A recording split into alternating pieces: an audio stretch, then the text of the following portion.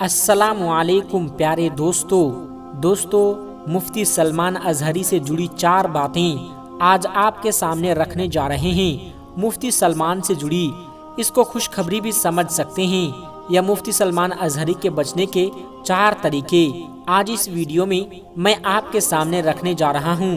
तो दोस्तों, मुफ्ती साहब इस समय भारी मुसीबत में हैं, इम्तिहान की घड़ी में हैं। उनके ऊपर पासा एक्ट लगा दिया गया है जो किसी भी इंसान के लिए फांसी का काम करता है।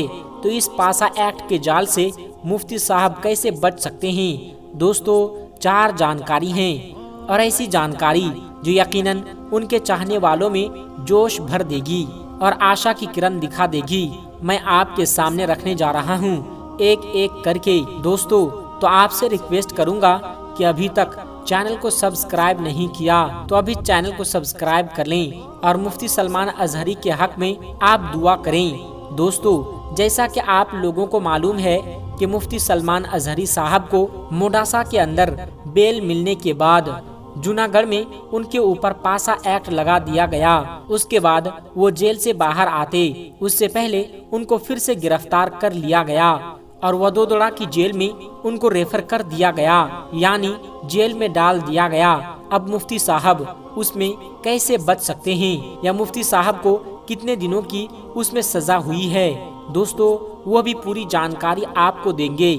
सबसे पहले आपको बता दें कि जो पासा एक्ट लगा दिया गया है उसमें जो उनके अंदर रखने का जो काम किया गया है वो लगभग 12 महीने का बताया जा रहा है, यानी मुफ्ती सलमान अजहरी साहब 12 महीने तक यानी 1 साल तक जेल के अंदर रहेंगे। लेकिन इस दौरान दोस्तों 4 ऐसे तरीके भी हैं जिनसे मुफ्ती सलमान अजहरी साहब 12 महीने से पहले भी छूट सकते हैं। तो वो कौन कौन से 4 तरीके हैं? दोस्तों, चलिए स्टार्ट करते हैं और आपको वो 4 तरीके बताते हैं। सबसे पहला तरीका पासा एक्ट, जो कि गौ तस्कर, गौ माफिया, जमीन का जो धंधा करता है, समाज में जो विघ्न पैदा करता है, उनके ऊपर या बहुत बड़ा आदमी जो होता है उसके ऊपर पासा एक्ट लगता है। तो क्या जिन चीजों का मैंने जिक्र किया उनमें से कोई चीज मुफ्ती सलमान अजहरी के अंदर मौजूद है? आप अपनी राय कमेंट के जरिए हमें जरूर दें। साथ ही साथ दोस्तों, मुफ्ती साहब के ऊपर पासा एक्ट लगा दिया गया है और अब जो उनको जेल के अंदर रहने की जो बात है वो अब 12 महीने की कही जा रही है। लेकिन 12 महीने से पहले इन 4 कारणों से, इन 4 तरीकों से वो पहले भी बाहर आ सकते हैं। कौन कौन तरीका है? नंबर 1, जिसके ऊपर पासा एक्ट लगता है 12 दिन के अंदर, अगर वहाँ या उनके अगर जिस अफसर ने पासा का एक्ट लगाया है उसके पास अगर आप मर्सी पिटीशन दायर करते हैं या मर्सी का अर्जी दायर करते हैं, वहाँ आप जाते हैं और ये कहते हैं कि मेरे ऊपर ये पासा का एक्ट लगा दिया गया है, ये गलत लगा है, या उस पर आप पुनर्विचार करें, और उस अफसर ने अगर पुनर्विचार किया तो उनके पास ये अथॉरिटी है, पासा एक्ट को रिमूव कर सकते हैं, आपसे हटा सकते हैं। तो इस सूरत में भी रिहाई मिल जाती है पासा एक्ट लगने के बाद भी। नंबर 2, जब पासा एक्ट लगा हो उससे 45 दिन के अंदर एक पिटीशन दायर करने की, अर्जी दायर करने की एक जगह होती है जो कि पासा एक्ट के मामले में एक समिति बना दिया गया है गुजरात के अंदर, और उस समिति में जब से आपके ऊपर पासा लगा हो उससे 45 दिन के अंदर आप वहां पर जाकर आपको अर्जी देना होता है और अर्जी लगाने के बाद वहां पर सुनवाई होगी, और अगर वहां पर आपकी अर्जी कबूल हो जाती है, आपकी बात से वो कन्विंस हो जाते हैं, तो उनके पास भी अथॉरिटी है कि वो पासा एक्ट को वहां पर रिमूव कर सकते हैं, पासा एक्ट को आपके ऊपर से हटा सकते हैं। तो इस सूरत में भी आपकी रिहाई हो जाती है। लेकिन दोस्तों, अभी तक का जो ट्रैक रिकॉर्ड देखा जा रहा है गुजरात का, और गुजरात में ऐसा नहीं कि मुफ्ती साहब पहले आदमी हैं जिनके ऊपर पासा एक्ट लगा है, बल्कि ऐसे लोगों की भरमार मिल जाएगी आपको गुजरात के अंदर जिनके ऊपर पासा एक्ट लगाया गया हो, और उन लोगों ने भी अपनी याचिका का पासा एक्ट लगाने वाले अफसर के पास दायर किया था और समिति में भी किया था। लेकिन जो छूटने की तादाद है वो बहुत कम बताई जा रही है, यानी छूटने का रिकॉर्ड बहुत कम है, ज्यादातर को वहाँ से कोई रियायत नहीं मिली। तो हम मुफ्ती साहब के बारे में भी समझ लेते हैं। पहली और दूसरी जगह से हो सकता है उनको रिहा ना मिले, तो ऐसी सूरत में तीसरा जरिया है जहाँ से आपको राहत मिल सकती है, वो है होम मिनिस्ट्री, गृह विभाग। होम मिनिस्ट्री में आप लगाते हैं, वहाँ से अगर होम विभाग अगर आपके इस मामले पर अनुष्ठान लेता है और अगर वो चाहे तो आपके ऊपर से पासा एक्ट को हटा सकता है। आगे जो जानकारी निकल के सामने आ रही है दोस्तों, चौथा नंबर और आखिरी नंबर अभी तक तो मैंने बताया कि जिसने आपके ऊपर लगाए, यानी कलेक्टर साहब ने, आपके डीसी साहब ने आपके ऊपर पासा एक्ट लगाया है, तो पहला कि 12 दिन के अंदर डीसी साहब के पास जाकर आपको अर्जी लगाना पड़ेगा कि सर मेरे ऊपर से इस केस को हटाया जाए, मैं ऐसा आदमी नहीं हूँ। और अगर वो कन्विंस हो गए तो डीसी साहब भी आपके ऊपर से केस को हटा सकते हैं। दूसरा 45 दिनों के अंदर जो है उस समिति के पास लगाना है।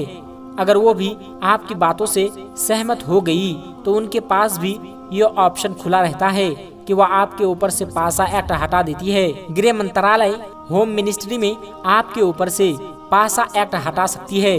और चौथा और आखिरी नंबर जहां से सबको उम्मीद होती है वो है हाई कोर्ट।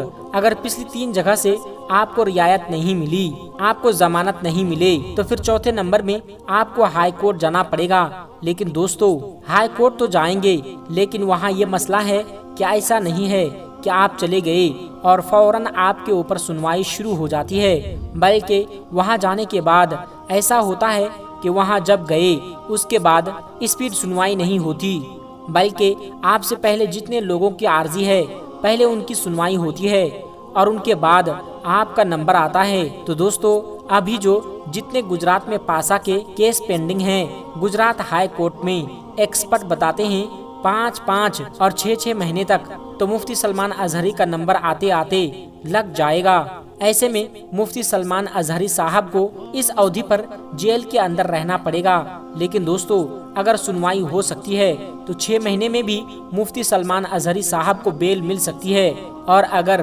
बेल नहीं मिली तो मुफ्ती साहब को 1 साल तक जेल के अंदर रहना पड़ सकता है। तो 12 दिन में भी वो छूट सकते हैं, या 45 दिन के अंदर भी कुछ खुशखबरी आ सकती है, या होम मिनिस्ट्री में अगर अर्जी दाखिल की जाए तो वहाँ से भी खुशखबरी मिल सकती है।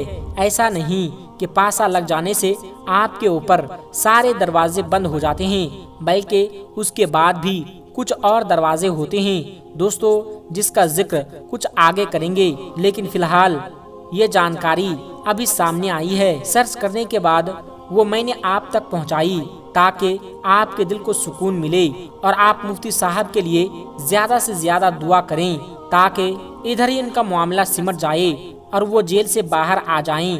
दोस्तों आखिर में हमारे तमाम मुसलमान भाई बहनों से गुजारिश है कि इस चैनल को बनाने का हमारा मकसद ये है कि जितने भी हमारे हिंदुस्तानी भाई बहन हैं, चाहे वो हिंदू हो या मुसलमान, सबको इस्लामी और सबक आमोज वाक़या सुनाकर उनका ईमान ताज़ा करना है और सब लोग उससे कुछ नसीहत हासिल कर सके। और यह बात भी है कि दीन इस्लाम की बातों को आवाम और मुसलमानों तक पहुंचाना सवाब का काम है। इसलिए इस वीडियो को एक लाइक करके अपने करीबी दोस्तों तक शेयर करके सवाब का काम जरूर करें। दोस्तों आज की वीडियो में बस इतना ही। अगर आपको ये वीडियो ज़रा भी अच्छी लगी हो तो आप हमें सपोर्ट करने के लिए चैनल को सब्सक्राइब ज़रूर कर लीजिएगा। अल्लाह तबारक व तआला से दुआ है कि हमारे जितने भी मुसलमान भाई बहन इस वीडियो को देख रहे हैं उसे सीधे राह पर चलने की तौफीक अता फरमाएं और उसे हर तरक्की से माला माल कर दे। आमीन सुम्मा आमीन। आज की वीडियो में बस इतना ही। मिलते हैं एक फिर नई वीडियो के साथ। तब तक आप अपना और अपनों का बहुत ज़्यादा ख्याल रखिएगा। अस्सलामु अलैकुम व रहमतुल्लाहि व बरकातुहू।